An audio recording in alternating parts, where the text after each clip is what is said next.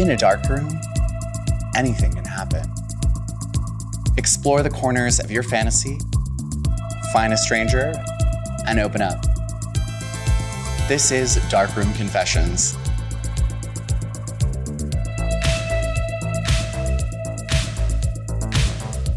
Known as Boyfriend Dick on social, the DJ and meme father, Caleb Kruzel. Hey Fran, I'm really looking forward to seeing what's lurking around the corners in your dark room. Yes, welcome, here we are. Singer, songwriter, model, and rave boy, Jonah Almost. What's up, Fran? How we doing today? I'm doing great. Yo, I just gotta let you know it smells a little crazy in your dark room. We'll just let the viewers at home imagine what that smells like. Bussy. A magical bussy. Magical bussy, Fran. Fashion designer Kingsley Gbadegesin. Hello, Fran. Hello, hello. Nipples out, I see. I mean, the tetas are out. guns out, tits out. And finally, fashion writer and editor Mikelle Street. What's up? Hey, girl. Hey. Ladies, thank you so much for being here today and also for looking so good. Like, these are some fits. They really speak to each of you, I think. We are here to talk all about fashion and I guess style along with that. And, you know, fashion is an extension of who we are as queer people.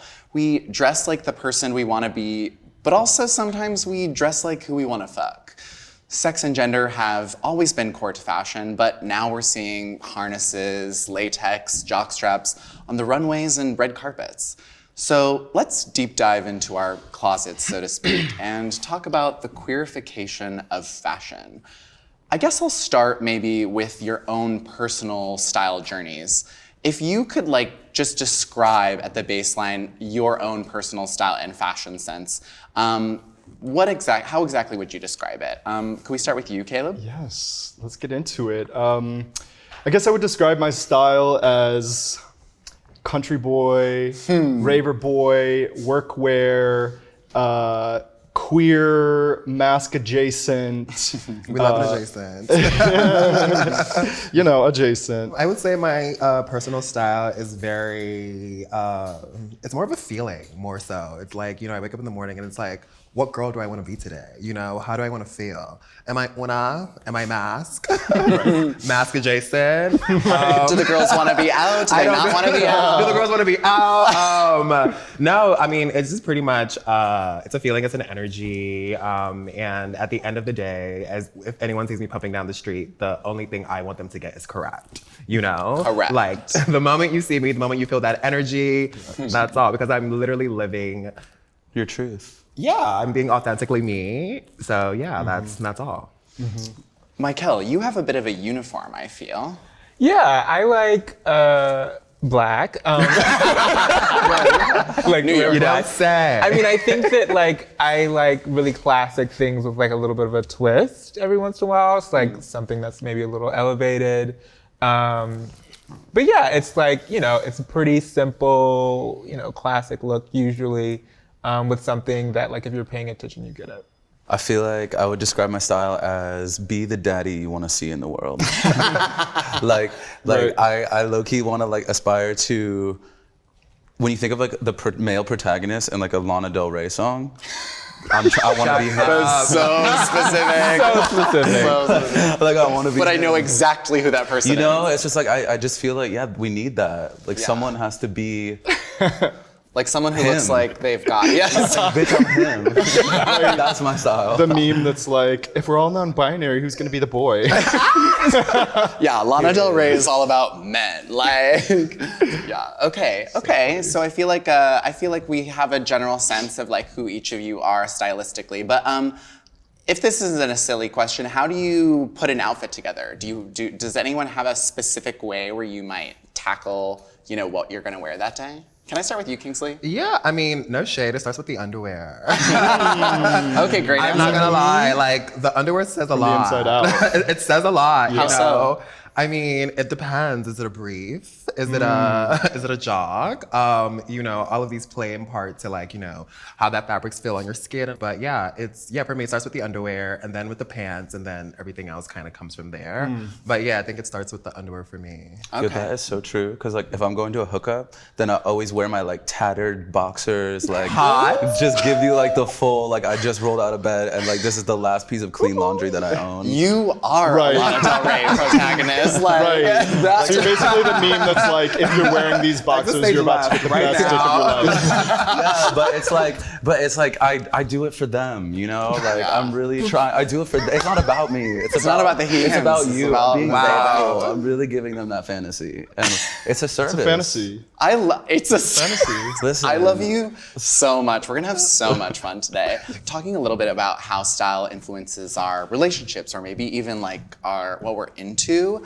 Are there any clothing items that maybe weirdly turn you on? Anybody want to take I may have to go back to his tattered boxer. I would like to see that. Oh, so he got you. I would love to see that. He got you. Wow. Bust him out. Bust him out. Yes, daddy. Truly playing the fantasy for us. They're not tattered. Well, maybe they actually. I think these do have a rip in them. Yeah. I would say. I feel like for me, like I'm a big sneakerhead, so like when there's like specific sneakers that are kind of erotic to me, like I love like an Adidas Samba, like a soccer dad shoe. Like he just dropped the kids off at soccer practice, and like that's a vibe. And then also like Air Max Plus TNs, which is like the Scally lad shoe. Okay. Those are hot. That's like I he's love gonna the put on. specific. I know. I was like, I love the specificness. It's like down to the model. Like you know what I'm saying? Like the Air Max Plus TNs, not the Air Max 95s. I mean those two, but like the plus. So you're gonna get your husband some presents. She knows. They're gonna be very specific presents. Exactly. Yeah. the Samba is actually hilarious, like the soccer dad. Because it's like, come on. Like it sounds like something it's like that your you lingerie. need to talk about in But I'm not also therapy. gonna lie, a person in that shit would just like, it's like, well, fuck you, like a mattress on the floor. No shame. Yeah. So I can no see bed why. frame. And No I bed can frame. see why. It's like because it's such a like put together shoe. Like, oh, you know, I gotta like drop the kids off, blah blah blah. But then I'm like, you have a crazy side that you're gonna unleash. That's hot. I have never read so much. I've never read so much into sneakers in my life. You have to Okay, get on other it. weird clothing turn-ons. Mikelle, what about you? I mean, I don't know. I don't think that there's. It's weird. Like I have things that are like I like. So like a high top sneaker with like high tube socks are like a thing that I found to be High really tube hot. socks. So Which do is the which is I do hilarious love a tube because sock. like it's actually kind of jock funny. kind of Yeah, style? yeah. But it's funny because like a lot of go-go dancers end up wearing like those high top sneakers with like the tall So you socks. bring the singles to the. Sometimes. I kind of like keeping my socks on during sex. That's what I was gonna ask. Absolutely. For that, like I love a high sock. So your socks on? Socks on. or off? Depends. It really depends. Like if I don't know you, socks on. But if I want to get intimate, socks off. If I don't know you, you can't see the feet. No, but like there's something just like really like romantic about like your bare feet on someone's chest. Ooh. I do. You know, Actually. if you can't tell what position I play. True. Okay, something I found very sexy recently is I just got this like necklace and I love like the dangling necklace in the face. Like that's hot to me. When you're That's- looking up. Yeah. Well, I looking I back. like to be the dangler. You are the But dangler. that's hot I love to all me. these I love- euphemisms that we're using. The feet on the chest. Dangler. For centuries, style has kind of been a way for queer people to mark their place in the world. If clothes could talk, what could they say? I guess I want to ask y'all, what are your favorite clothing items that queer people have kind of, as a unit, claimed as their own? Whether it's something that's like overtly queer or something that you would never expect to be queer at all. Are there any trends that y'all really like or have liked from the past? I would say like the queer uniform from like our forefathers, which is basically like the white tank top and like acid wash jeans. The Castro, Tank tops the Castro are queer. clown. Yes, you know, Tank like, tops are I- specifically queer. Yeah, for sure. And I think that's like what, late 60s, early 70s, San Francisco. Yeah. Mom jeans, white tank, porn White stash. sneakers. Yeah. Porn Porn stash, stash. white sneakers. Hot. Yeah. Like on my knees, sorry. I feel like for queer people I guess for gay men, that's like always gonna come back like every 10 years. It's gonna be the uniform? Well, I would argue that we have a uniform now that's like the updated take on that, which is like the baggy bottom with the skin tight top, like gives like men, because you know, like we have like, so if we're thinking about like physical bodies, right, and like a buff guy, he's got that like V-shaped torso, and so like then thinking about the silhouette of like these like big baggy pants, the skinny top, it creates this like It's the brassification. The brassification of of gay men. I'm here for it, honestly. Talk a little bit more about that. Bratz dolls are in vogue right now. Well, it's like big shoes, and like Jonah was saying, like our own version of the hourglass, where it's like the bottom of the hourglass is the feet. Yeah. So you're gonna have like big ass boots, you know, and then it's gonna come up, and then a skinny waist, but a fat ass in the back. Yeah. And then and then like broad shoulders. I mean, that's like the You know, when it comes to like fashion trends, there are a lot of things that we see out in the street that you're like, you look at it and you're like, that wouldn't be something that a queer person would wear, and yet it somehow is like co-opted by queer people. Like taking on a new trend or taking on something that you wouldn't think is for them. And you know, as a designer, like how do you kind of maybe start to think about those trends? So for example, he said something earlier about like workwear, and that is something that if you saw in our like the jeans that we just released, it's pretty much like workwear, but like for gays. Could you describe them? They're like these like chaps. We call them ravers because I mean it comes from, you know, the world that we live in, and you know, like how we want to interact and mingle in these places. So basically you're taking like pants that like a construction worker or like a plumber might wear, and you're like, I'm gonna slutify them. Basically. Yeah, it's like you know, plunger me. Or you like, know? or like something that. as simple as a tank top. Like buying white tanks is like so humiliating when you have to go to like Hanes or Dave's or whatever. Like these tanks like never keep their shape. They're actually like not very good quality. Like why can't I get like a basic white tank anywhere? Because they're all made for like heterosexual men, and that's where you come in. You're like, let me provide tanks that For the actually girls, you know, and tanks for the everything that we girls. do, you know, like it's honestly it's for girl culture, Yeah. and GORL or no GIRL.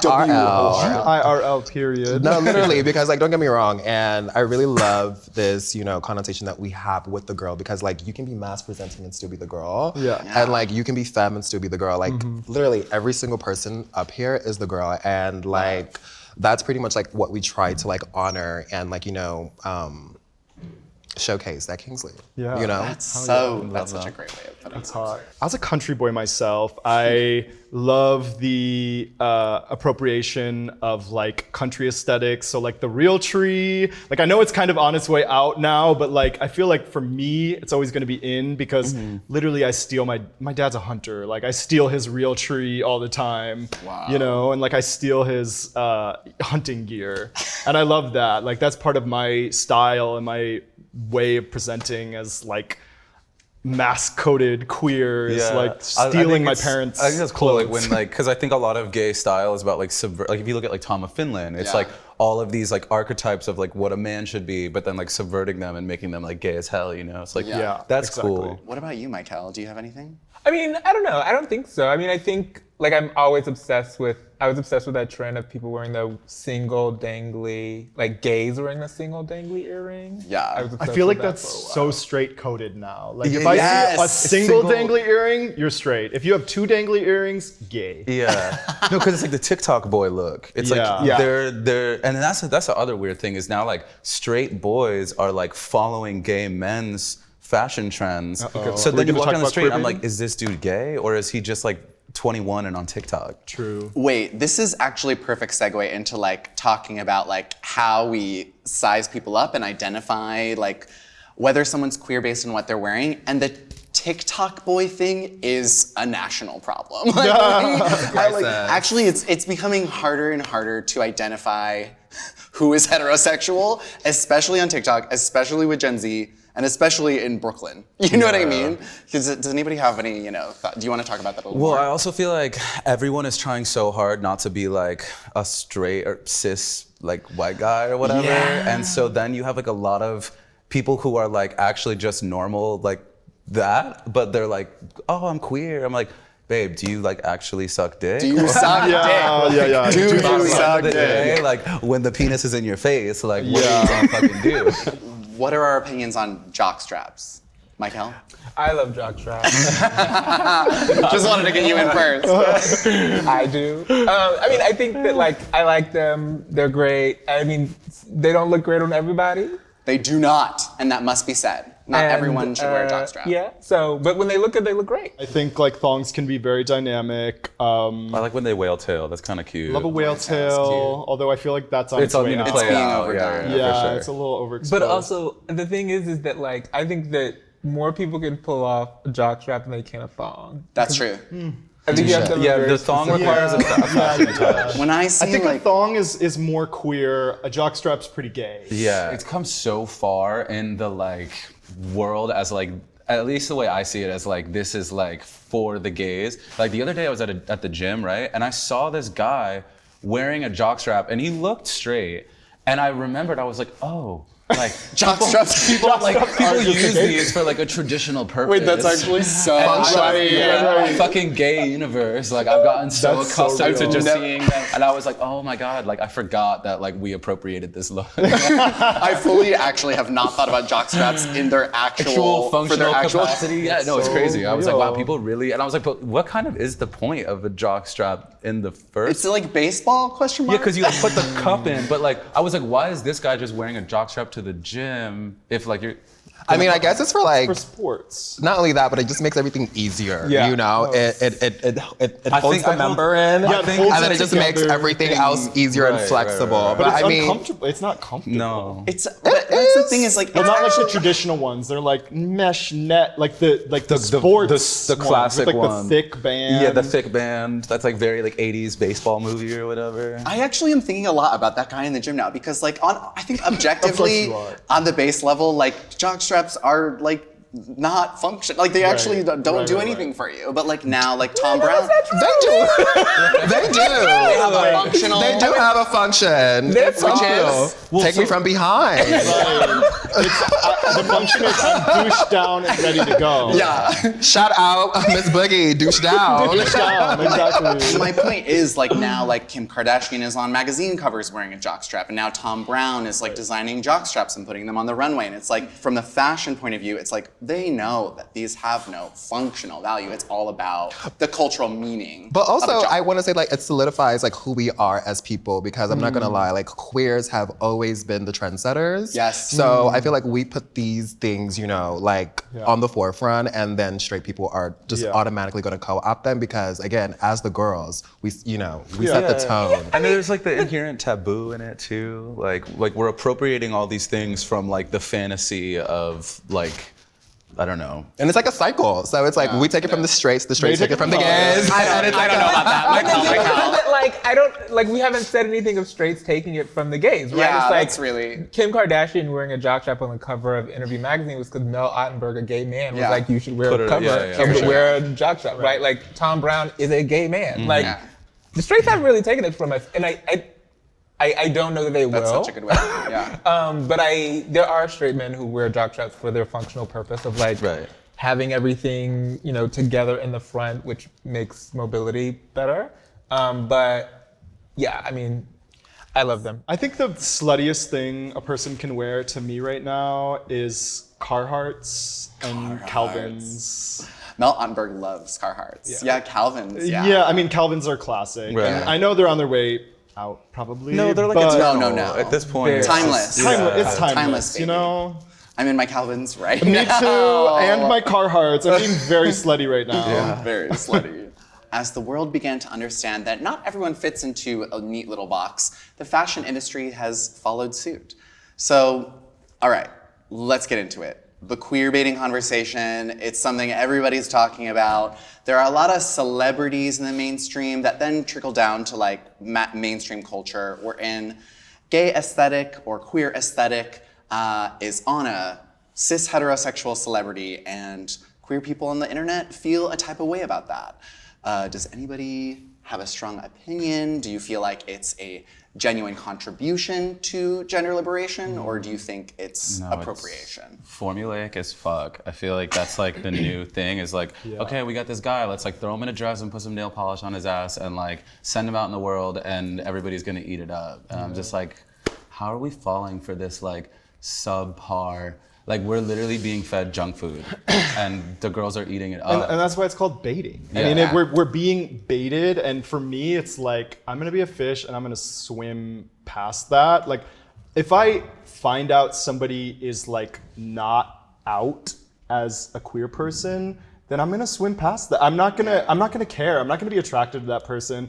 And honestly, I don't give a fuck what Harry Styles. Let's just say it. Yeah. Let's just say the name. I don't give a fuck what Harry Styles wears, like, because I don't see him. I don't listen to his music. I don't care about him at all. And to me, it's like, you know, like I just saw this tweet yesterday by Ben Mora, and he was talking about how like gay people are not really in sequin rompers. We're in like tank tops and like Carhartts, you know? Yeah. So like queerbait that. Like, you know, you can't really fake that, you know? Mikelle, you look like you're deep in thought, and I feel like I can always count on you to provide some nuance. I think it's silly. I mean, I do. I do. No, let's say I think it's silly for a variety of reasons. One, Harry Styles has talked like multiple times, and I feel so weird defending fucking Harry Styles. No, none of us feel good about I really it. don't know that man, but I know he has talked a lot about like wearing whatever you want to wear and like being a man and like all that sort of stuff, right? Like he's had that conversation, right?